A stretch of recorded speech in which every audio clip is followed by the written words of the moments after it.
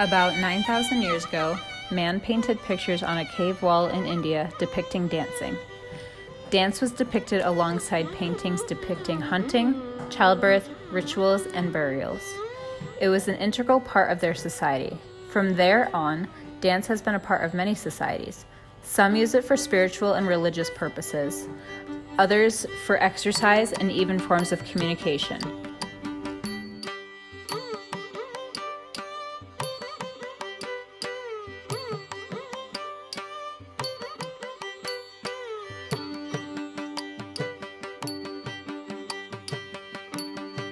In ancient Egypt, the goddess Merit created order in the world through music. Dance came to follow music, but it is associated with the goddess Hathor. Dance was performed largely in worship ceremonies. The combination of music and dance together was thought to bring the participants closer to their deities. Dance was more intertwined with the Egyptian life than just in worship. It was also a source of entertainment and represented human sexuality. Similar to Egypt, dance was an integral part of Grecian life. It was part of their spiritual rituals, social, and personal lives. Dance was thought of differently in Greece than it is today. Dance was not an art form by itself. It was universally tied to music, but also poetry. Greeks would dance to the rhythm of the poem, interpreting the words spoken by the poet. Across the ocean in North America, Native Americans also danced. Dance is such a universal human behavior that they did not need influence of other countries to feel the need to dance within themselves. Native Americans used dance in their spiritual rituals and ceremonies, much like the Greeks and Egyptians. We're going to fast forward a couple hundred years and talk about ballet. Ballet originated in the 15th century during the Italian Renaissance. What started in the courts of kings and queens became something requiring technical proficiency. It required such skill because King Louis XIV took a great interest in ballet and even performed in some himself. In the 17th century, before classical ballets like the Nutcracker and Giselle, ballet was performed alongside opera. A ballet master named Jean-Georges Noverre argued that ballet should be its own entity. His argument stated that ballet could communicate to the audience relationships between characters through expressions and movements. He said that ballet could create its own narrative. In this pas de deux from Swan Lake, which translates to dance for two, you can see the emotion in the swan's face. He has just told her that he is going to marry her and be faithful to her, which will break the spell. She's just so moved and finally feels free. And you can see that in their movements.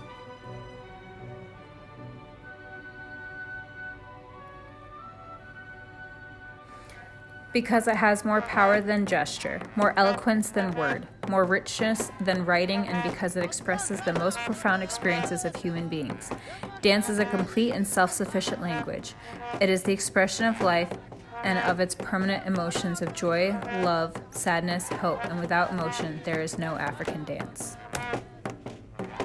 That is a quote from Alphonse Thierot about African dance.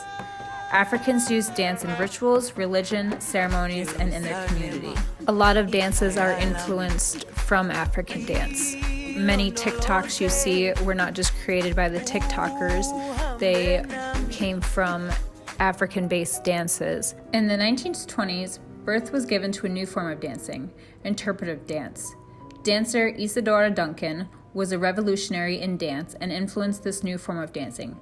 People hated the rigors and technicalities of ballet and a theatrical form of dance called vaudeville. So, innovators like Duncan set out to prove that other more fluid forms of dance could be performed on stages. Although Isadora was dancing in the 20s, you can see that her influences live on. Dance has been used for centuries as a means of communication.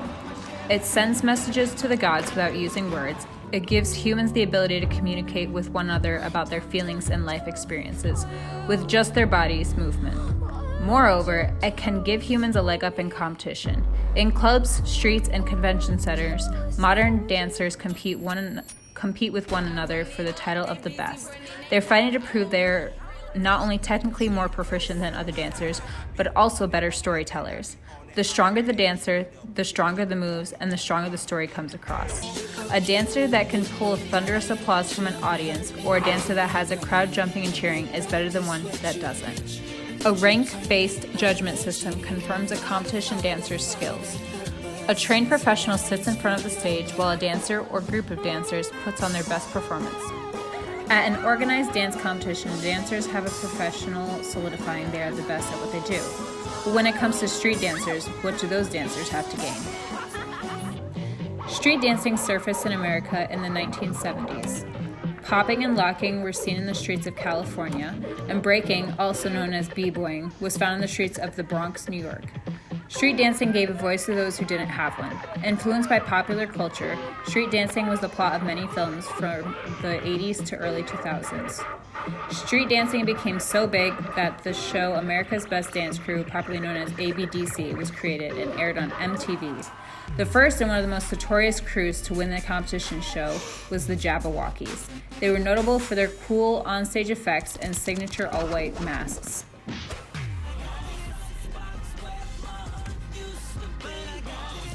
Atlanta is home to another notable dance crew that was featured on ABDC. These Southeast hometown heroes were known as Collision Crew. According to one of the founders who goes by the alias Blaze Luciano, he started the crew to get girls. That is a direct quote. He saw how women obsessed over great performers like Michael Jackson and Prince and wanted that. But it became more than drawing the interest of the opposite sex.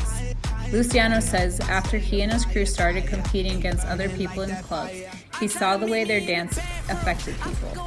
He saw it bring people together. Even some of the toughest and roughest people wanted to learn how to dance. What Collision Crew was saying with their bodies about their strength and power and unity as a group, no words could express.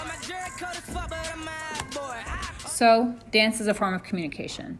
That has been established since man first felt the spirit of dance within himself. But how is dance rhetoric? Let's first take a look at space. As author Cheryl Forbes stated, visible language takes up space. Visible language is a form of rhetoric itself. However, to take up space is to make a statement. A Bansky takes up space on the side of a building, placed there strategically to get people's attention and to convey an idea to the viewer.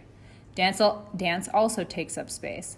Although for a moment each movement takes up space it did not before, and that in itself is a statement.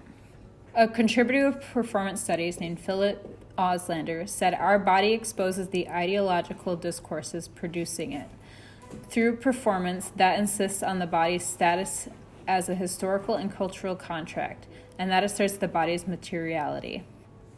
To further this point, according to the research from Daisy Levy from Michigan State University, our bodies bring the imagination to life. Our bodies create knowledge based on the ideas we have in our heads, and that knowledge is explained and argued through movement. Much like during a speech where there is a speaker and a listener, during a dance performance there is a performer and an audience. In a performance, the performer needs to establish the artistic proofs set out by Aristotle in order to be an effective communicator. Starting with ethos, a dancer can establish their credibility through their performance. When a speaker is more knowledgeable and well-versed, we give them more credibility. In turn, the more skilled the dancer, the more credibility they have, because they clearly know what they're doing. Pathos is also prominent in dance performances. I get chills every time I see a great dance performance, but that's partially because I am a dancer. However, for the non-dancers, there's still an emotional aspect to watch a performance. A dancer that is effective can make their body say how they are feeling. They can convey the hurt or anger of the lyrics with big dramatic movements. They can show happiness through light floating motions. Even when there are no lyrics to songs, the dancer can convey the emotions and make the audience feel something. Our movements through dance can be used to worship a god, or to convey our emotions, or to communicate with one another, or to establish a certain status. Because of this and the strength it has in movement, it should be considered a form of rhetoric.